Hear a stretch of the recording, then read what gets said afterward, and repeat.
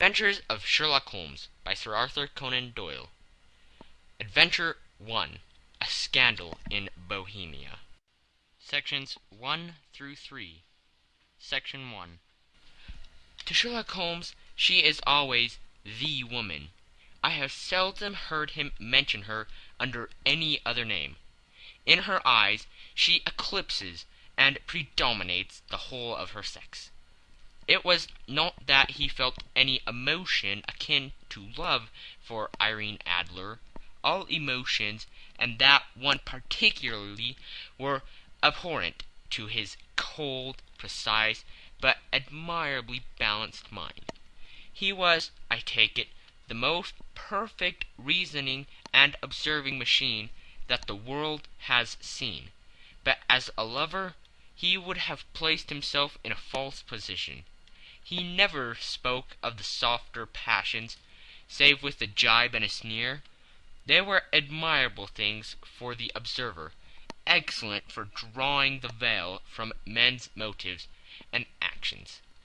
But for the trained reasoner to admit such intrusions into his own delicate and finely adjusted temperament was to introduce a distracting factor which might throw a doubt on all his mental results.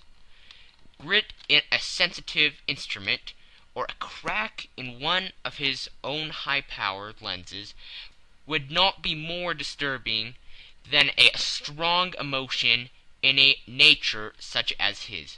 And yet there was but one woman to him, and that woman was the late Irene Adler, of dubious and questionable memory. I have seen little of Holmes lately. My marriage had drifted us away from each other.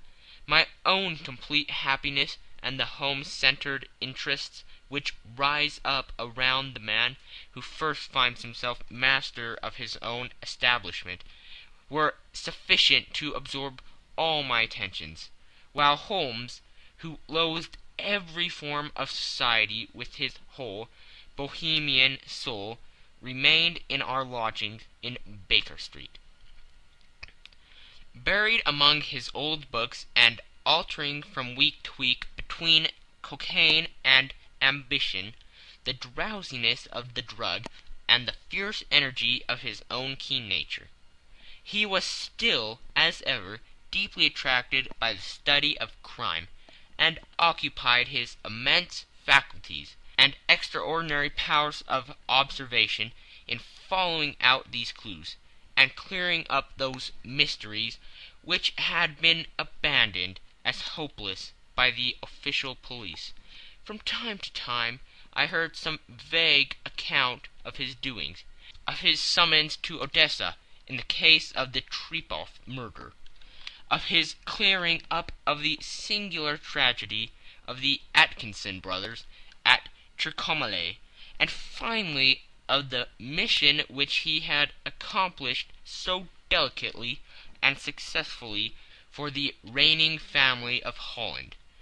Beyond these signs of his activity, however, which I merely shared with all the readers of the daily press, I knew little of my former friend and companion. One night, it was on the 20th of March, 1888, I was returning from a journey to a patient, for I had now returned to civil practice, when my way led me through Baker Street.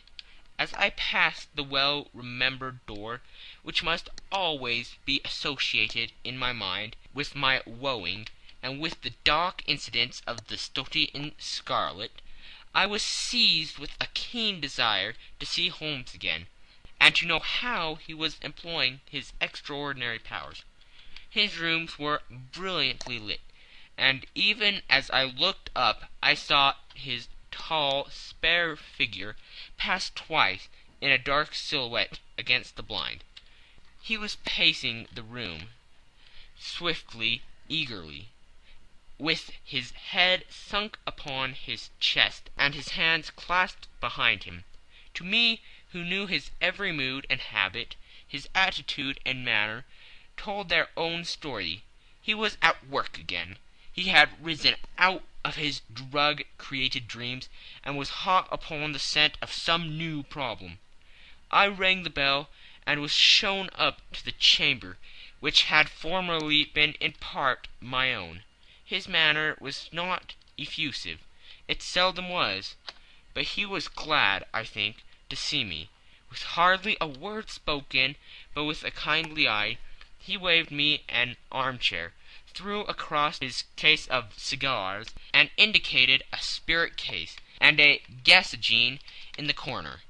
Then he stood before the fire and looked me over in his singular introspective fashion. "Wedlock suits you," he remarked.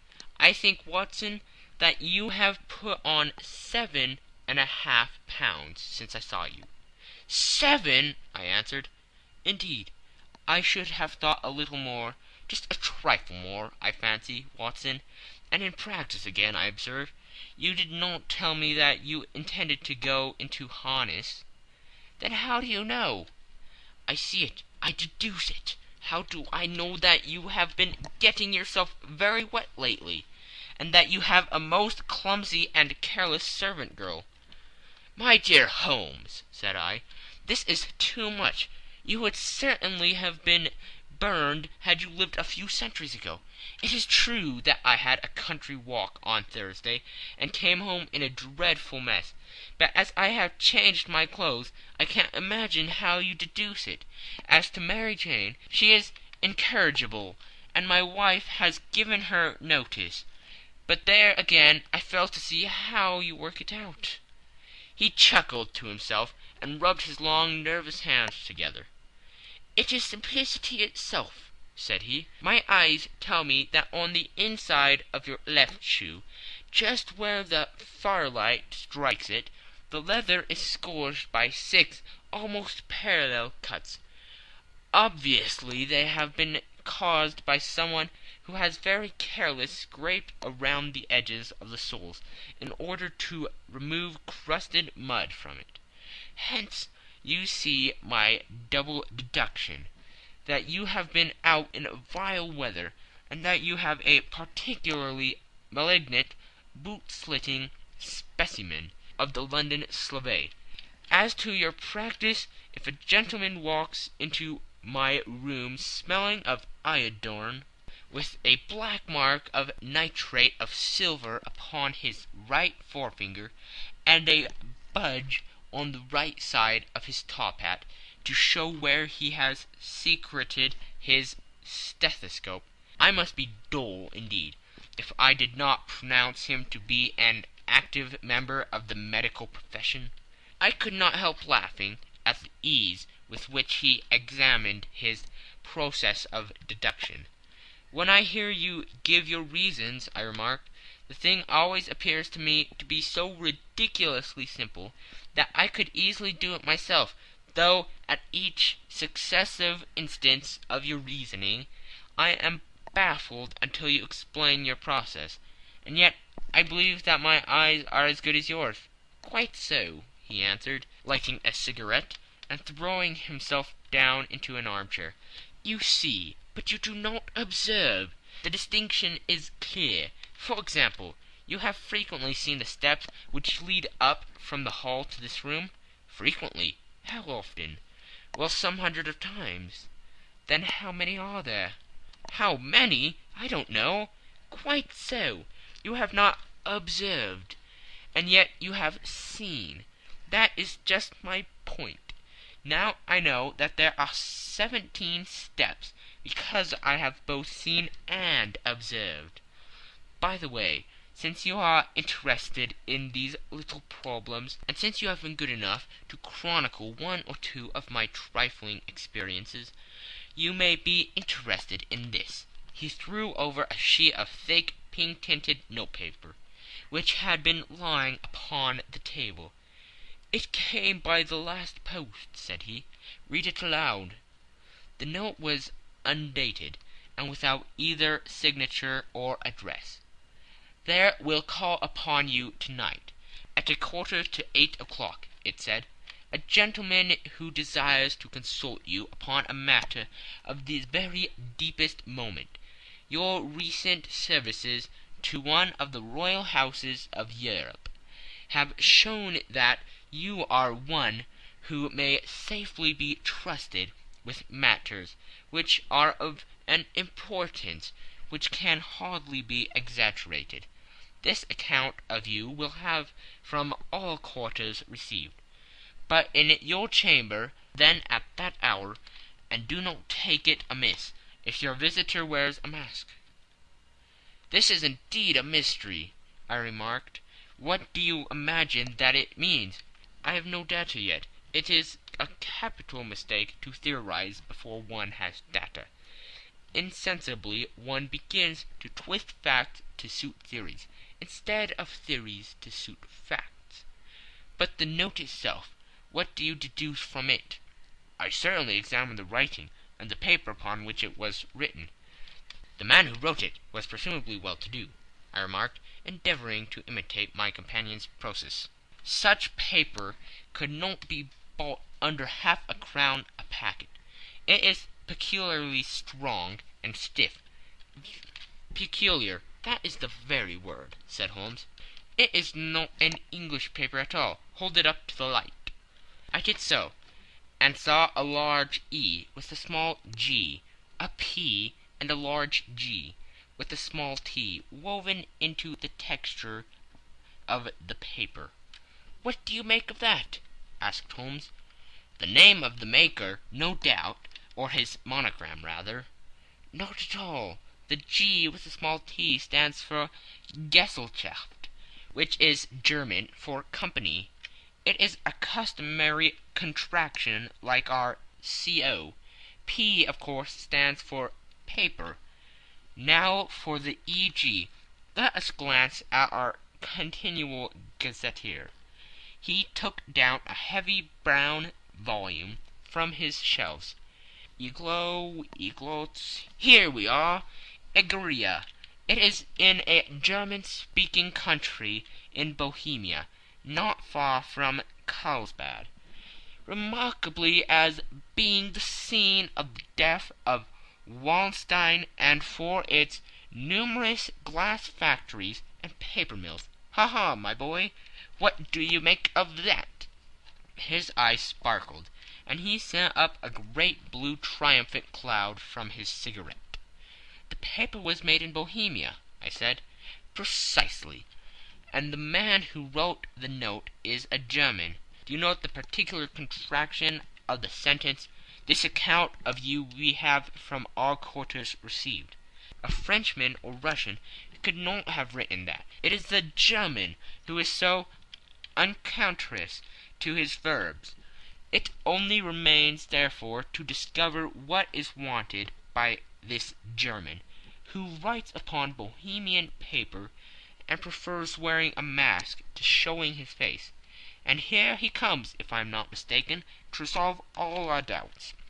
As he spoke there was the sharp sound of horses' hoofs, and the grating wheels against the curb, followed by a sharp pull at the bell. Holmes whistled. "A pair by the sound," said he. "Yes," he continued, glancing out of the window, "a nice little Brahmin, and a pair of beauties, 150 guineas apiece. There's money in this case, Watson, if there is nothing else. I think that I had better go, Holmes." "Not a bit, Doctor. Stay where you are.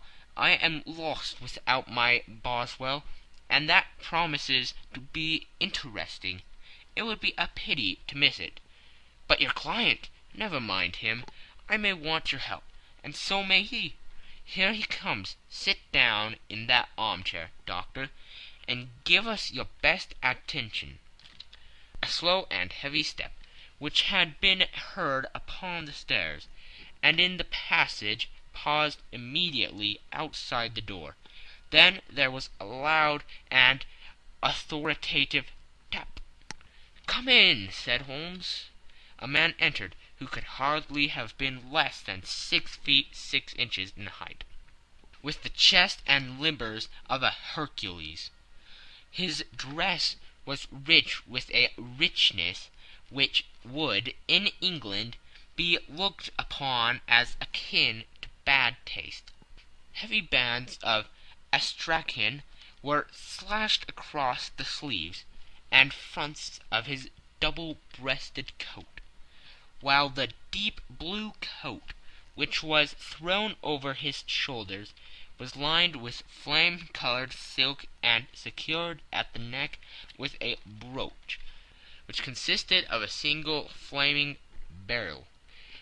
Boots which extended halfway up his calves, and which were trimmed at the tops with rich brown fur, completed the impression of barbaric opulence, which was suggested by the whole appearance.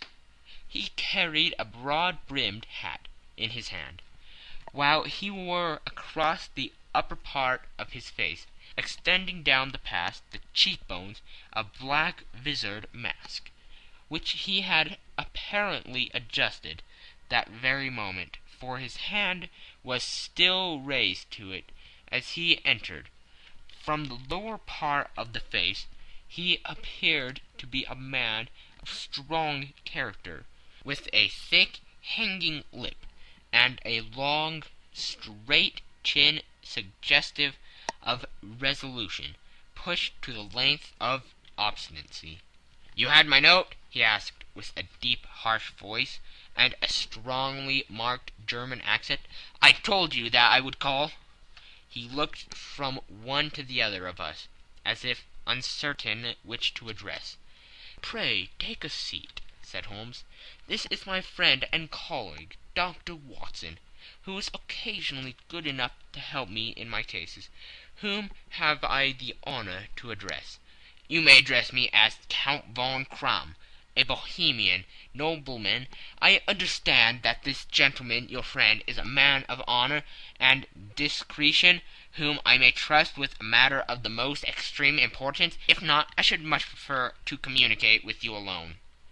I rose to go, but Holmes caught me by the wrist and pushed me back into my chair.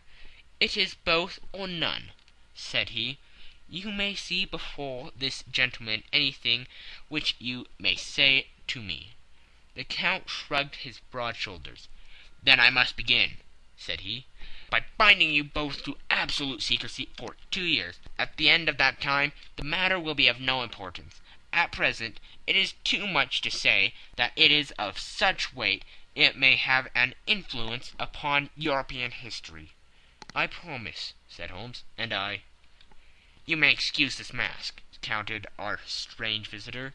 "The august person who employs me wishes his agent to be unknown to you, and I may confess at once that the title by which I have just called myself is not exactly my own." "I was aware of it," said Holmes dryly.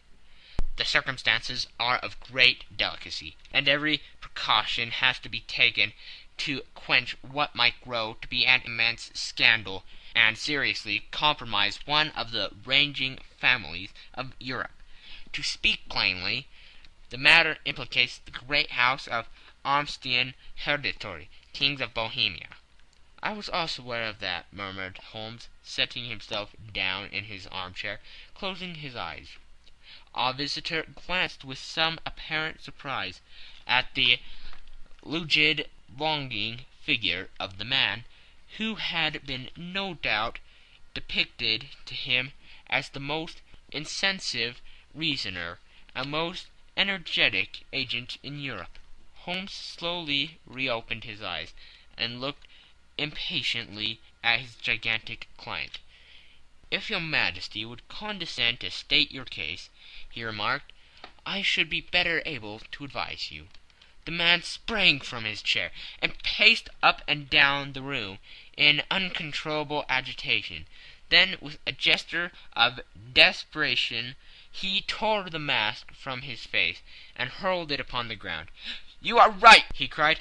"I am the king. Why should I attempt to conceal it?" "Why, indeed?" murmured Holmes. "Your Majesty had not spoken before. I was aware that I was addressing William Gottrich Sigmund von Armstrom, Grand Duke of Cassel Felstein, and hereditary King of Bohemia." "But you can understand," said our strange visitor, sitting down once more and passing his hand over his high white forehead. "You can understand that I am not accustomed to doing such business in my own person, that I could not confide it to an agent without putting myself in his power. I have come incognito from Prague, from the purpose of consulting you." "Then pray consult," said Holmes, shutting his eyes once more. "The facts are briefly these. Some 5 years ago, during a lengthy visit to Warsaw, I made the acquaintance of the well-known adventuress Irene Adler. The name is no doubt familiar to you?" "Kindly look her up in my index, Doctor," murmured Holmes, without opening his eyes. For many years he had adopted a system of docking all paragraphs concerning men and things, so that it was difficult to name a subject or a person on which he could not at once furnish information. In this case I found her biography sandwiched in between that of Hebrew rabbi and that of staff commander, who had written a monograph upon the deep-sea fishes. "Let me see," said Holmes. Born in New Jersey in the year 1858. Contrito. Let Scala. Prima donna Imperial Opera of Warsaw. Yes! Retired from the operatic stage. Ha! Living in London. Quite so, your Majesty. As I understand, become entangled with this young person, wrote her some compromising letters, and is now desirous of getting these letters back." "Precisely so. But how?" "Was there a secret marriage?" "None." "No legal papers or certificates?" "None." "Then I fail to follow your Majesty. If this young person should produce her letters from blackmailing or other purposes, how is she to prove their authenticity?" "There is writing." "Pooh! Forgery." "My private note-paper." "Stolen." "My own seal." "Imitated." "My photograph." "Bought." "We were both in the photograph." "Oh dear, that is very bad. Your Majesty has indeed committed an indiscretion." "I was mad, insane." "You have compromised yourself seriously." "I was only Crown Prince then. I was young. I am but 30 now." "It must be recovered." "We have tried and failed." "Your Majesty must pay. It must be bought." "She will not sell." "Stolen, then." 5 attempts have been made. Twice burglars in my pay ransacked her house. Once we diverted her luggage when she travelled. Twice she had been waylaid. There has been no result. "No sign of it?" "Absolutely none." Holmes laughed. "It is quite a pretty little problem," said he. "But a very serious one to me," returned the King, reproachfully. "Very indeed. What does she propose to do with the photograph?" "To ruin me." "But how?" "I'm about to be married." "So I have heard." "To Claudia Lorman von Saxe-Montenegrin, second daughter of the King of Scandinavia. You may know the strict principles of her family. She is herself the very soul of delicacy.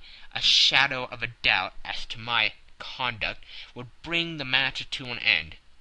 "And Irene Adler?" "Threatens to send him a photograph. And she will do it. I know that she will do it. You do not know her, but she has a soul of steel. She has the face of the most beautiful of women, and the mind of the most resolute of men. Rather than I should marry another woman, there are no lengths to which she would not go. None." "You are sure that she has not sent it yet?" "I am sure." "And why?" "Because she has said that she would send it on the day when the betrothal was publicly proclaimed. That would be next Monday."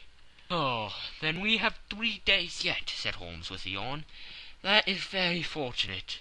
As I have 1 or 2 matters of importance to look into just at present, your Majesty will of course stay in London for the present?" "Certainly. You will find me at the Wagram under the name of the Count von Kram. Then I shall drop you a line to let you know how we progress. Pray do so. I shall be all anxiety. Then as to money, you have carte blanche. Absolutely. I tell you that I would give one of the provinces of my kingdom to have that photograph. And for the present expenses, the king took a heavy chamois leather bag from under his cloak and laid it on the table. There are 300 pounds in gold and 700 in notes, he said. Holmes scribbled a receipt upon a sheet of his notebook and handed it to him. And mademoiselle's address, he asked, is Brony Lodge, Supretime Avenue, St. John's Wood. Holmes took a note of it. One other question, said he. Was the photograph a cabinet? It was. Then good night, your Majesty, and I trust that we shall soon have some good news for you. And good night, Watson, he added, as the wheels of the Royal Brougham rolled down the street. If you will be good enough to call tomorrow afternoon at 3 o'clock, I should like to chat this little matter over with you. End of Section 1. Section 2. At 3 o'clock precisely, I was at Baker Street, but Holmes had not yet returned. The landlady informed me that he had left the house shortly after 8 o'clock in the morning. I sat down beside the fire, however, with the intention of awaiting him.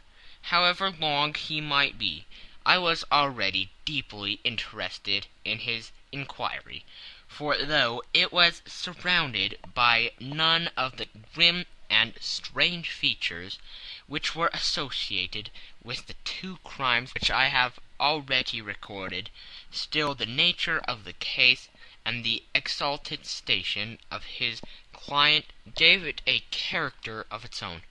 Indeed, apart from the nature of the investigation which my friend had on hand, there was something in his masterly grasp of a situation, and his keen, incisive reasoning, which made it a pleasure to me to study his system of work, and to follow the quick, subtle methods by which he distinguished the most inextractable mysteries.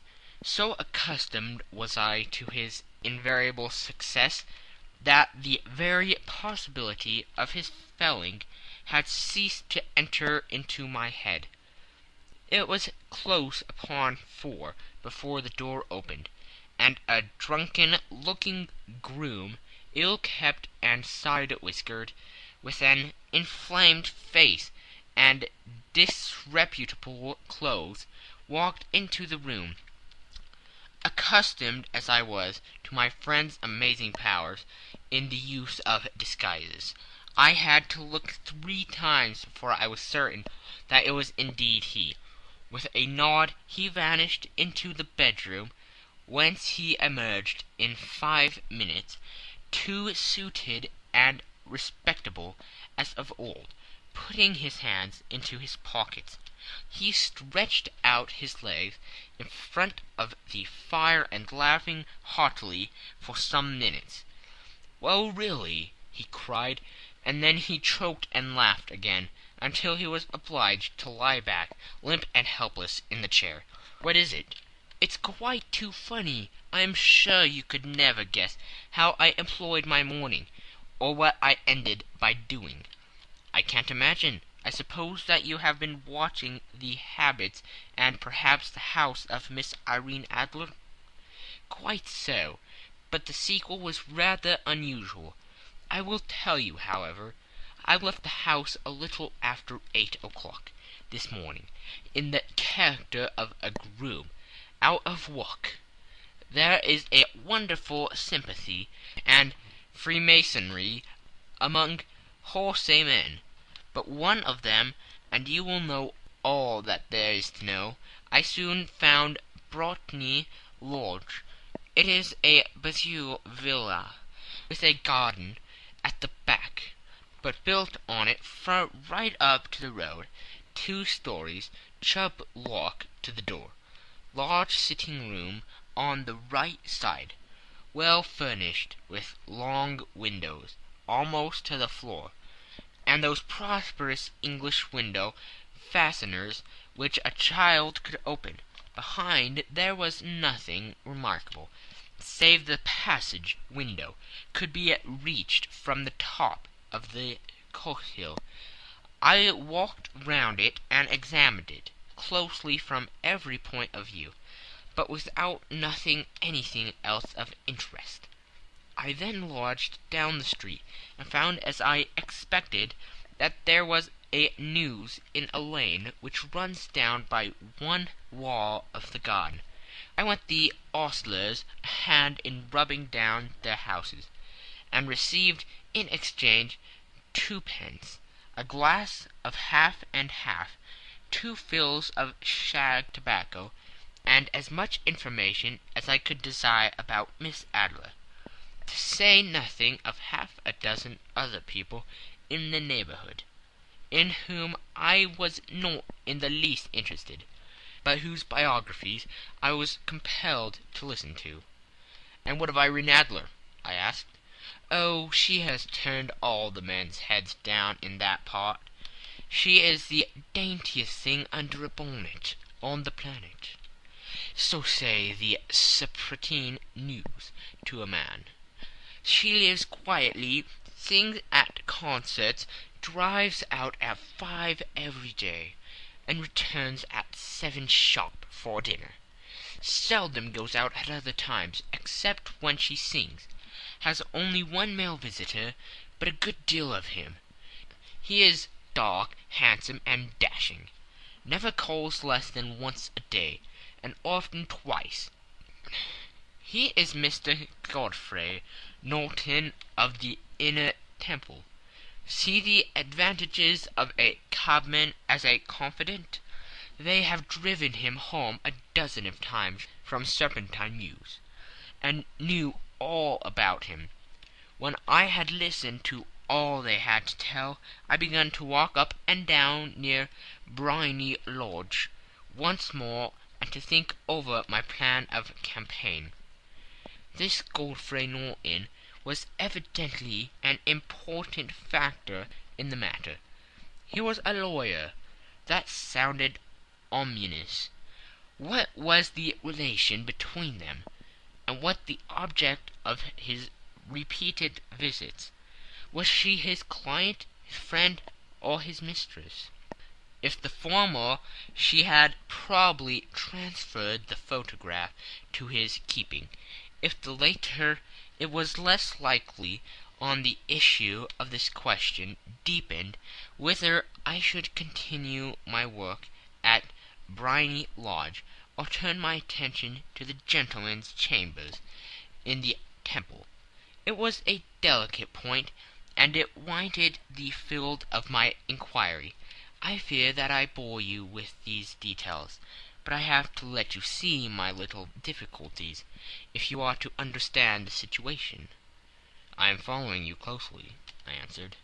I was still balancing the matter in my mind, when a hansom cab drove up to Briony Lodge, and a gentleman sprang out.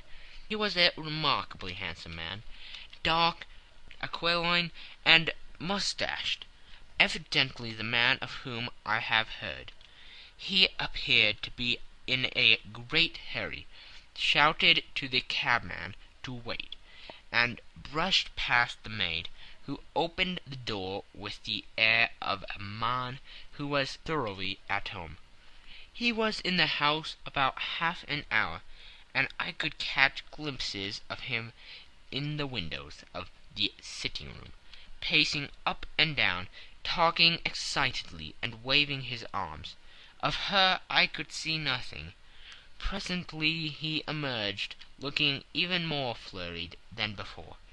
As he stepped up into the cab, he pulled a gold watch from his pocket, and looked at it earnestly. "Drive like the devil!" he shouted. "First to Gross and Humphrey's in Regent Street, and then to the Church of St. Monica in Edgware Road. Half a guinea if you do it in 20 minutes." Away they went, and I was just wondering whether I should not do well to follow them, when up the lane came a neat little landau, the coachman with his coat only half buttoned, and his tie under his ear, while all the tags of his harness were sticking out of the buckles. It hadn't pulled up before she shot out of the hall door and into it. I only caught a glimpse of her at the moment, but she was a lovely woman, with a face that a man might die for. "The Church of St. Monica, John," she cried, "and half a sovereign if you reach it in 20 minutes." This was quite too good to lose, Watson. I was just balancing whether I should run for it, or whether I should perch behind her landau, when a cab came through the street. The driver looked twice at such a shabby fare, but I jumped in before he could object. "The Church of St. Monica," said I, "and half a sovereign if you reach it in 20 minutes." It was 25 minutes to 12, and of course it was clear enough what was in the wind. My cabby drove fast. I don't think I ever drove faster, but the others were there before us, the cab and the landau, with their steaming horses, were in front of the door. When I arrived, I paid the man and hurried into the church. There was not a soul there, save the two whom I had followed, and a surpliced clergyman, who seemed to be expostulating with them. They were all three standing in a knot in front of the altar. I longed up the side aisle like any other idler who has dropped into a church. Suddenly, to my surprise, the three at the altar faced round to me, and Godfrey Norton came running as hard as he could toward me. "Hank," he cried, "you'll do. Come, come." "What then?" I asked. "Come, man, come, only 3 minutes, or it won't be legal." I was half dragged up to the altar, and before I knew where I was, I found myself mumbling responses which were whispered in my ear, and vouching for things of which I knew nothing, and generally assisting in the secure tying up of Irene Adler, spinster, to Godfrey Norton, bachelor. It was all done in an instant, and there was the gentleman thanking me on the one side and the lady on the other, while the clergyman beamed on me in front. It was the most preposterous position in which I ever found in my life, and it was the thought of it that startled me into laughing just now. It seems that there had been some informality about their license, that the clergyman absolutely refused to marry them without a witness of some sort, and that my lucky appearance saved the bridegroom from having to sally out into the street in search of a best man.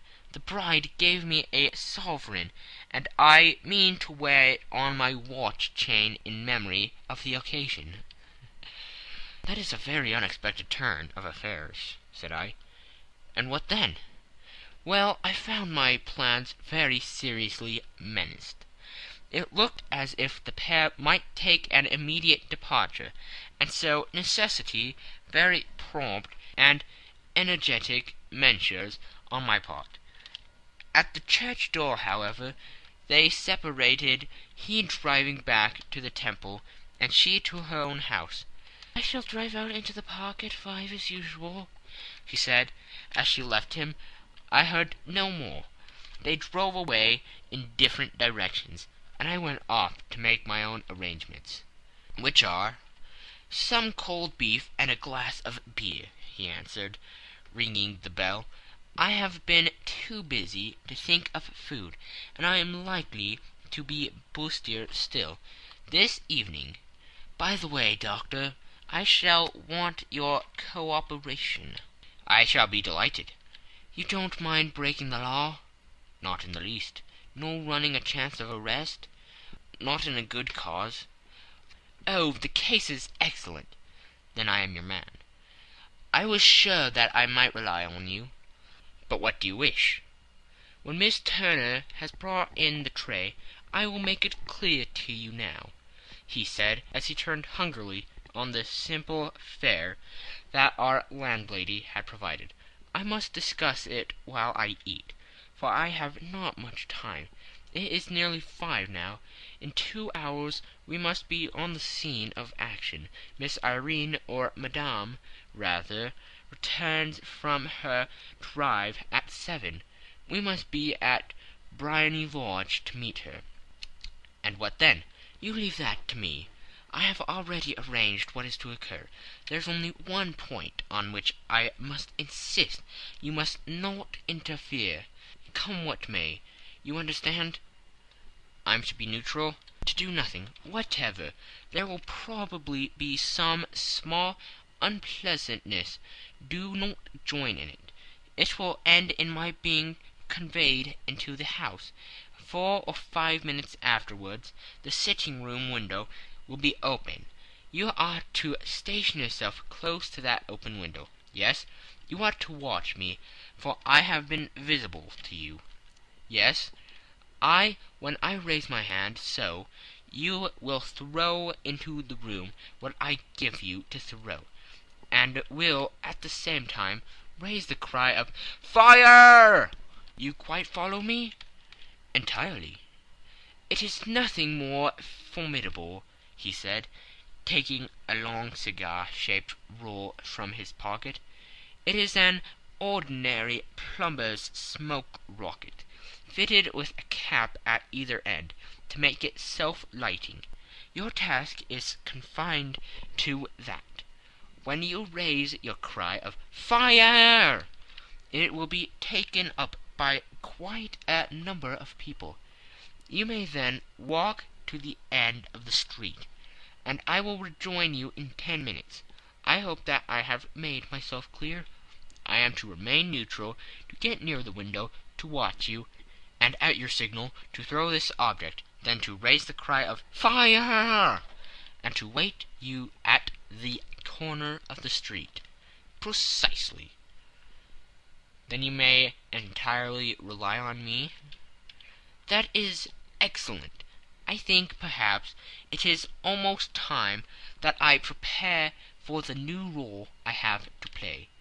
He disappeared into his bedroom, and returned in a few minutes, in the character of an amiable and simple-minded nonconformist clergyman.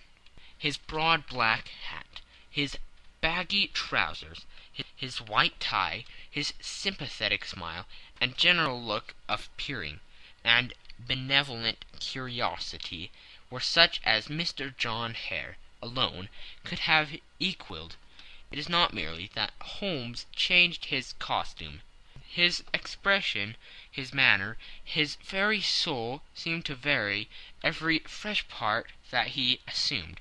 The stage lost a fine actor, even as science lost an acute reasoner when he became a specialist in crime. It was 6:15 when we left Baker Street, and it still wanted 10 minutes to the hour when we found ourselves in Serpentine Avenue. It was already dusk, and the lamps were just being lighted as we paced up and down in front of Briony Lodge, waiting for the coming of its occupant. The house was just such as I had pictured it from Sherlock Holmes's succinct description, but the locale appeared to be less private than I expected. On the contrary, for a small street in a quiet neighborhood, it was remarkably animated.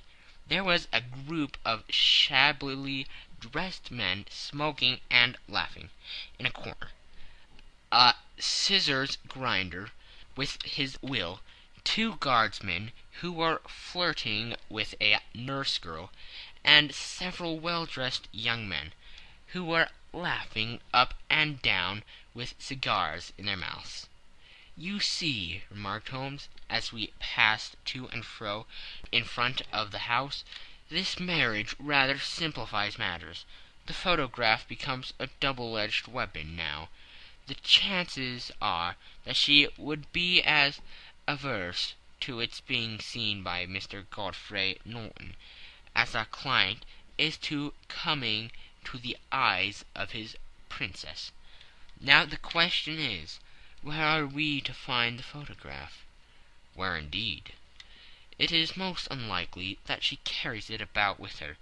It is cabinet size, too large for easy concealment about a woman's dress. She knows that the king is capable of having her waylaid and searched. 2 attempts of the sort have already been made.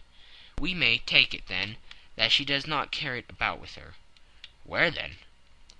"Her banker or her lawyer.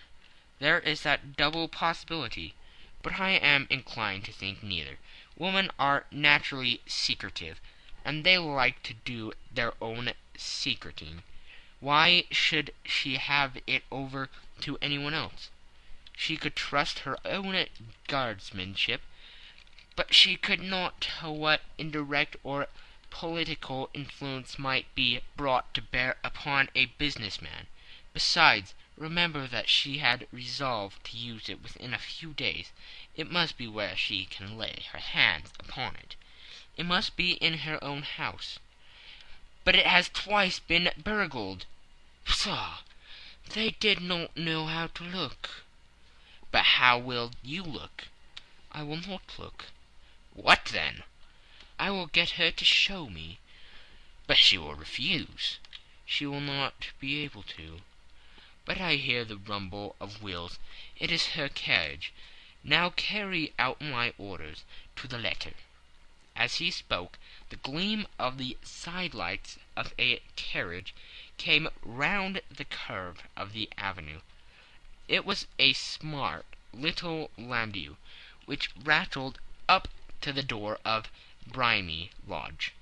As it pulled up, one of the loafing men at the corner dashed forward to open the door, in the hope of earning a copper, but was elbowed away by another loafer, who had rushed up with the same intention. A fierce quarrel broke out, which was increased by the 2 guardsmen, who took sides with one of the loungers, and by the scissors grinder, who was equally hot upon the other side. A blow was struck, and in an instant the lady, who had stepped from her carriage, was the centre of a little knot of flourished and struggling men, who struck savagely at each other with their fists and sticks. Holmes dashed into the crowd to protect the lady, but just as he reached her he gave a cry and dropped to the ground, with the blood running freely down his face. At his fall the guardsmen took their heels in one direction, and the loungers in the other, while a number of better dressed people, who had watched the suffice without taking part in it, crowded in to help the lady and to attend to the injured man. Irene Adler, as I will still call her, had hurried up the steps, but she stood at the top with her superb figure outlined against the lights of the hall, looking back into the street. "Is the poor gentleman much hurt?" she asked. "He is dead," cried several voices. "No, no, there's life in him," shouted another, "but he'll be gone before you can get him to hospital." "He's a brave fellow," said a woman. "They would have got the lady's purse and watch if it hadn't been for him. They were a gang, and a rough one too. Ah, he's breathing now." "He can't lie here in the streets. May we bring him in, marm?" "Surely bring him into the sitting-room. There's a comfortable sofa. This way, please." Slowly and solemnly he was borne into the Bohemia Lodge, and laid into the principal room, while I still observed the proceedings from my post by the window. The lamps had been lit, but the blinds had been drawn so that I could see Holmes as he lay upon the couch. I do not know whether he was seized with compunction at that moment for the part he was playing, but I know that I never felt more heartily ashamed of myself in my life than when I saw the beautiful creature against whom I was conspiring, or the grace and kindliness with which she waited upon the injured man. And yet it would be the blackest treachery to Holmes to draw back now from the part which he had entrusted to me. I hardened my heart, and took the smoked rocket from under my ulster. After all, I thought, we are not injuring her. We are but preventing her from injuring another. Holmes had sat up upon the couch, and I saw him motion like a man who is in need of air. A maid rushed across the threshold, opened the window. At the same instant I saw him raise his hand, and at the signal I tossed my rocket into the room, with a cry of "Fire!" The word was no sooner out of my mouth than the whole crowd of spectators, well dressed and ill, gentlemen, ulsters, and servant-maids, joined in the general shriek of "Fire!" Thick clouds of smoke curled through the room, and out those open windows. I caught a glimpse of rushing fingers, and a moment later the voice of Holmes from within, assuring them that it was a false alarm. Slipping through the shouting crowd, I made my way to the corner of the street, and in 10 minutes was rejoiced to find my friend's arm in mine, and to get away from the scene of uproar. He walked swiftly and in silence for some few minutes, until we had turned down on one of the quiet streets which led towards the Edgware Road. "You did it very nicely, Doctor," he remarked. "Nothing could have been better. It is all right." "You have the photograph?" "I know where it is." "And how did you find out?" "She showed me, as I told you she would." "I am still in the dark." "I do wish to make a mystery," said he, laughing. "The matter was perfectly simple. You are, of course, saw that everyone in the street was an accomplice. They were all engaged for the evening." "I guessed as much." "Then, when the row broke out, I had a little moist red paint in the palm of my hand. I rushed forward, fell down, clapped my hand to my face, and became a piteous spectacle. It is an old trick." "That also I could fathom." "Then they carried me in. She was bound to have me in. What else could she do? And into her sitting-room, which was the very room which I suspected. It lay between that and her bedroom, and I was determined to see which. They laid me on a couch. I motioned for air. They were compelled to open the window, and you had your chance." "How did that help you?" "It was all important. When a woman thinks that her house is on fire, her instinct is at once to rush to the thing which she values most. It is a perfectly overpowering impulse, and I have more than once taken advantage of it. In the case of the Darlington substitution scandal it was of use to me, and also in the Arnsworth Castle business. A married woman grabs at her baby, an unmarried one reaches for her jewelry box. Now it was clear to me that Our Lady of to-day had nothing in the house more precious to her than what we are in quest of. She would rush to secure it. The alarm of the fire was admirably done. The smoke and shouting were enough to shake nerves of steel. She responded beautifully. The photograph is in a recuse behind a sliding panel, just above the right bell-pull. She was there in an instant, and I caught a glimpse of it as she half drew it out. When I cried out that it was a false alarm, She replaced it, glancing at the rocket, rushed from the room, and I have not seen her since. I rose, and making my excuses, escaped from the house. I hesitated whether to attempt to secure the photograph at once, but the coachman had come in, and as he was watching me narrowly, it seemed safer to wait. A little over precipitance may ruin all. "And now?" I asked. "Our quest is practically finished. I shall call with the king tomorrow, and with you, if you care to come with us. We will be showed into the sitting-room to wait for the lady. But it is probable that when she comes she may find neither us nor the photograph. It might be a satisfaction to his Majesty to regain it with his own hands." "And when will you call?" "At 8 in the morning. She will not be up, so that we shall have a clear field. Besides, we must be prompt, for this marriage may mean a complete change in her life and habits. I must wire to the king without delay." We had reached Baker Street, and had stopped at the door. He was searching his pockets for the key, when someone passing said, "Good night, Mr. Sherlock Holmes." There were several people on the pavement at the time, but the greeting appeared to come from a slim youth in an ulster who had hurried by. "I've heard that voice before," said Holmes, starting down the dimly lit street. "Now I wonder who the deuce that could have been." Section 3.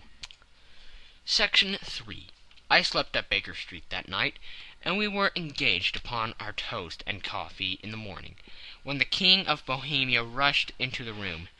"You have really got it?" he cried, grasping Sherlock Holmes by either shoulder, or looking eagerly into his face. "Not yet." "But you have hopes?" "I have hopes." "Then come. I am all impatience to be gone." "We must have a cab." "No, my brougham is waiting." "Then that will simplify matters." We descended, and started off at once more for Bombay Lodge. "Irene Adler is married," remarked Holmes. "Married? When?" "Yesterday." "But to whom?" "To an English lawyer named Norton." "But she could not love him." "I am in hopes that she does." "And why in hopes?" "Because it would spare your Majesty all fear of future annoyance. If the lady loves her husband, she does not love your Majesty. If she does not love your Majesty, then there is no reason why she should interfere with your Majesty's plan." "It is true. And yet, well, I wish she had been of my own station. What a queen she would have made." He relapsed into a mood silence, which was not broken until we drew up in Serpentine Avenue. The door of Brimary Lodge was open, and an elderly woman stood up the steps. She watched us with a sardonic eye as we stepped from the brougham. "Mr. Sherlock Holmes, I believe," said she. "I am Mr. Holmes," answered my companion, looking at her with a questioning and rather startled gaze. "Indeed, my mistress told me that you were likely to call. She left this morning with her husband by the 5:15 train from Charing Cross for the Continent." "What?" Sherlock Holmes staggered back with the chagrin and surprise. "Do you mean that she has left England?" "Never to return." "And the papers?" asked the King hoarsely. "All is lost." "We shall see." He pushed past the servant and rushed into the drawing-room, followed by the King and myself. The furniture was scattered about in every direction, with the dismantled shelves and open drawers, as if the lady had hurriedly ransacked them before her flight. Holmes rushed at the bell-pull, tore back a small sliding shutter, and plunging in his hand, pulled out a photograph and a letter. The photograph was of Irene Adler herself, in evening dress. The letter was superscribed to Sherlock Holmes, Esq., to be left till called for. My friend tore it open, and we all three read it together. It was dated midnight of the preceding night, and ran in this way. My dear Mr. Sherlock Holmes, you really did it well. You took me in completely. Until after the alarm of fire I had not a suspicion. But then, when I found how I had betrayed myself, I began to think. I had been warned against you months ago. I had been told that if the king employed an agent, it would certainly be you, and your address had been given me. Yet, with all this, you made me reveal what you wanted to know. Even after I became suspicious, I found it to think evil of such a dear, kind old clergyman. But you know I have been trained as an actress myself. Male costume is nothing new to me. I often take advantage of the freedom which it gives. I sent John the coachman to watch you, ran upstairs, got into my walking clothes, as I call them, and came down just as you departed. Well, I followed you to your door, and so made sure that I was really an object of interest to the celebrated Mr. Sherlock Holmes. Then I rather imprudently wished you good night, and started for the Temple to see my husband. We thought the best resource was flight, when we pursued by so formidable an antagonist. So you will find the nest empty when you call tomorrow. As to the photograph, your client may rest in peace. I love and am loved by a better man than he. The king may do what he will without hindrance from one whom he has cruelly wronged. I keep it only to safeguard myself, and to preserve a weapon which will always secure me from any steps which he might take in the future. I leave a photograph which he might care to possess, and I remain, dear Mr. Sherlock Holmes, very truly yours, Irene Norton, née Adler. "What a woman! Oh, what a woman!" cried the King of Bohemia, when we had all three read this epistle. "Did I not tell you how quick and resolute she was? Would she not have made an admirable queen? Is it not a pity that she was not on my level?" "From what I have seen of the lady, she seems indeed to be on a very different level to you, Majesty," said Holmes coldly. "I am sorry that I have not been able to bring your Majesty's business to a more successful conclusion." "On the contrary, my dear sir," cried the King, "nothing could be more successful. I know that her word is inviolate. The photograph is now as safe as if it were in the fire." "I am glad to hear your Majesty say so." "I am immensely indebted to you. Pray tell me in what way I can reward you. This ring—" He slipped an emerald snake ring from his finger and held it out upon the palm of his hand. "Your Majesty has something which I should value even more highly," said Holmes. "You have but to name it. The photograph!" The King stared at him in amazement. "Irene's photograph!" he cried. "Certainly, if you wish it." "I thank your Majesty. Then there is no more to be done in the matter. I have the honour to wish you very good morning." He bowed and turned away without observing the hand which the King had stretched out to him. He set off in my company for his chambers.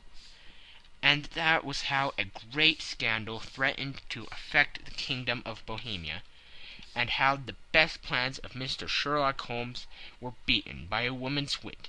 He used to make merry over the cleverness of women, but I have not heard him do it of late.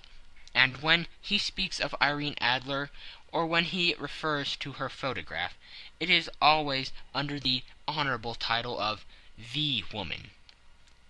End of section 3. End of the scandal in Bohemia.